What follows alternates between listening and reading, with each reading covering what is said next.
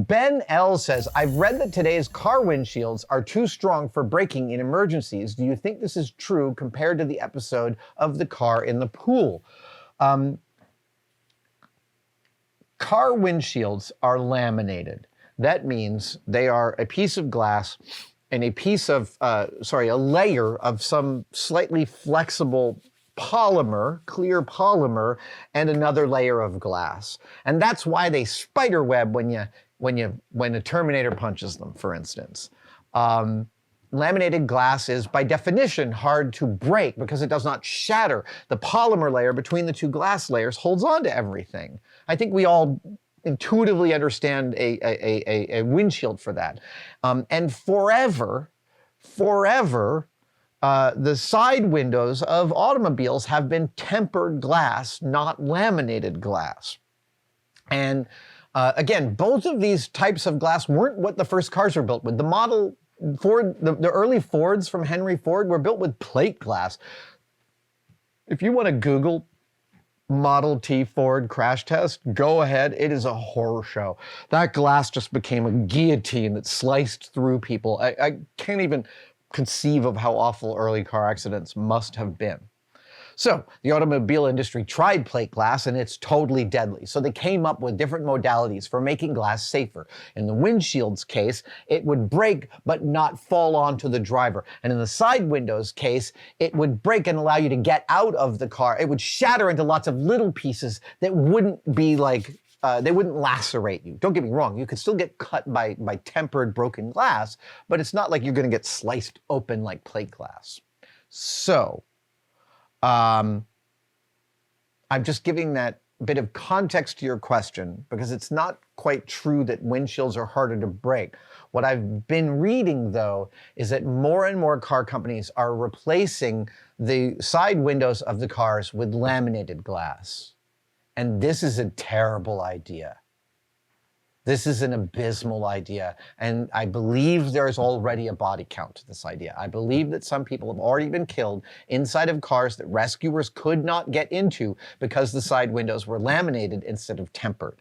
And the difference is tempered glass is a glass that's been heated and cooled in such a way that there are internal tensions within the glass that a tiny compromise causes the whole thing to shatter. And the slow-mo guys did an amazing video about how fast cracks propagate in glass. It's really worth watching. And that's exactly what ever since we did the episode about sinking, going underwater in a car, I have a glass breaker in the glove compartment of my car because tempered glass does not break easily. In fact, you could take a Leatherman and smash it against and you'd still be hard pressed to break the side window of a car, as we discovered on the show. If it is true that car manufacturers are replacing their roll-up windows and side windows with laminated instead of tempered glass, I think this is idiotic, and I really hope it doesn't catch on. The world will not be a better place when people are harder to rescue from cars, or they find it more difficult to get out of cars in compromising situations. I think I had just enough information to answer that question. Enduroance says, in your opinion, would it have been, this is about painting with explosives. In painting with explosives, I actually hung paint around explosives and painted some canvases with explosives.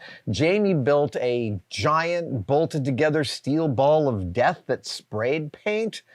Neither of the paintings we made were spectacular, although the high-speed shot for my clown wig of paint leaving this this small ball of C4 is amazing.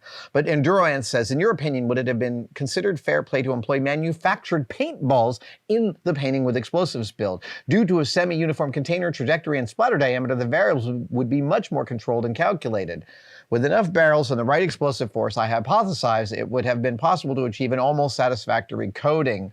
It's an excellent theory.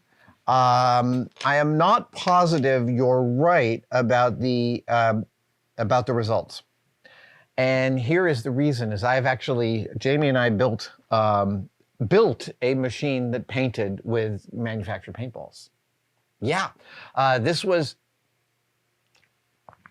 a long time ago.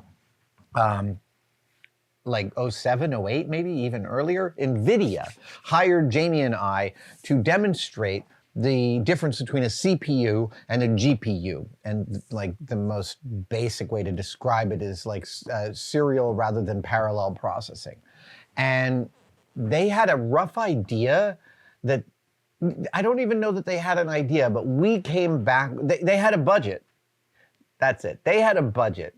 And we thought about this, and we thought about doing it, what our idea was, as a magic trick. And then we realized if we fake this in front of a gamer audience, they're going to eat us alive. I wasn't quite so sure about that, but NVIDIA reminded us, if we fake this in front of a video game audience, they will eat us alive. And we said, great, we want to do the thing we're going to do for real, but it's going to be like 3 times the budget you gave. And NVIDIA said, absolutely yes. And what we did was we painted the Mona Lisa in less than 1/10 of a second with 1,200 paintball guns, 1,200, with a single paintball gun that had 1,200 barrels. It took 3 hours to load this gun because an individual paintball went into every barrel.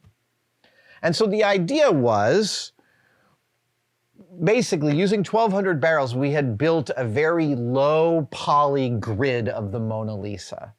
And there are about, the number of paintball colors we could get was 7, and then I needed black. And there aren't any black paintballs that we could find, so we bought some paintball shells and put black paint in them. We didn't need a ton of black for the Mona Lisa, only like a dozen cells or so. And our thinking was, just like you, with the splatter diameter and the trajectory, we should end up with a nice painting. And we didn't. Our tests of the Mona Lisa were really like, they were like, remember when Homer Simpson built a clown bed for Bart? They looked like that, and that's not good. So we ended up actually making the canvas a grid where each square was hit by one of the paintball barrels. And I'm not kidding, we actually achieved this. And to say we, it's not that Jamie and I built this device. This device was built by our friends at Kerner Optical, 3210. Michael Lynch was the job supervisor on this giant robot, which used massive air tanks to power these 1,200 barrels. These were the air tanks. These were 4 of the 12 air tanks used to create the atomic bomb blast for the 4th Indiana Jones film. Yeah, we were able to get, NVIDIA actually bought those from Industrial Light and Magic because they wanted the entire paintball machine in their lobby. But your thing about like almost satisfactory coatings, I don't see that we were getting anywhere close to that with our tests with the paintball gun. We'll include a link to the video in the description. It's totally worth checking out. It was really fun. It was a really fun job to execute.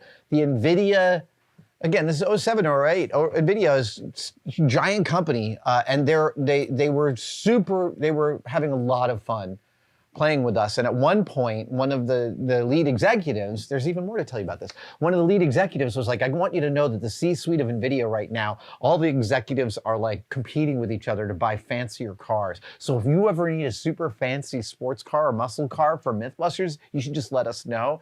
And like 2 months later, we were like, hey, we could use a really high-end Porsche for driving in the rain. The myth was that if you could drive a convertible fast enough, that rain wouldn't get into the cab.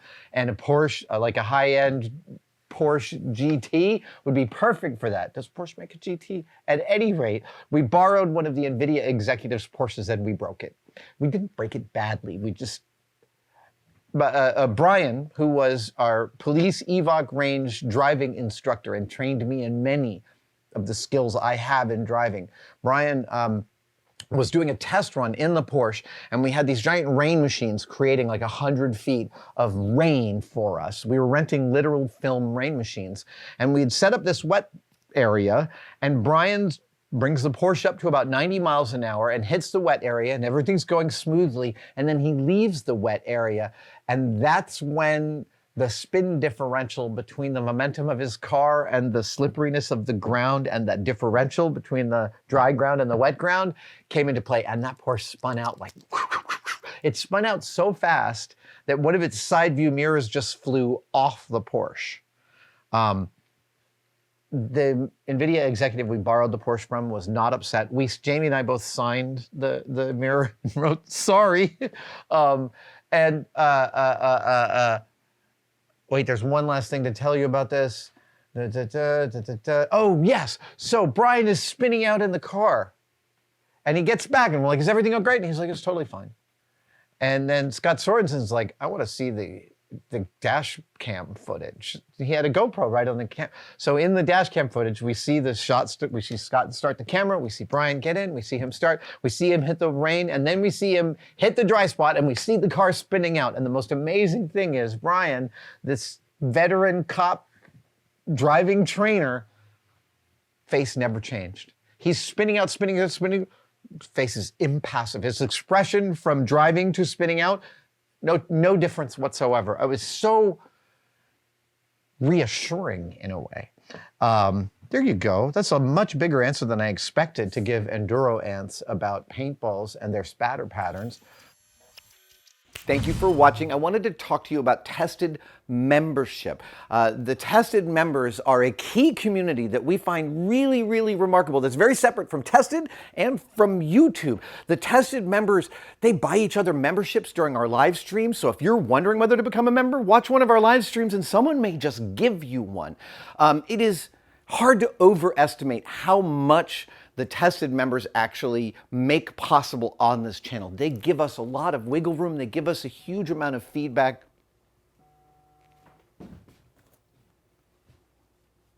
That's a member right now. Thank you so much for enjoying your membership. Link in the description for everything you need to know. And for all the members out there, thank you, thank you, thank you.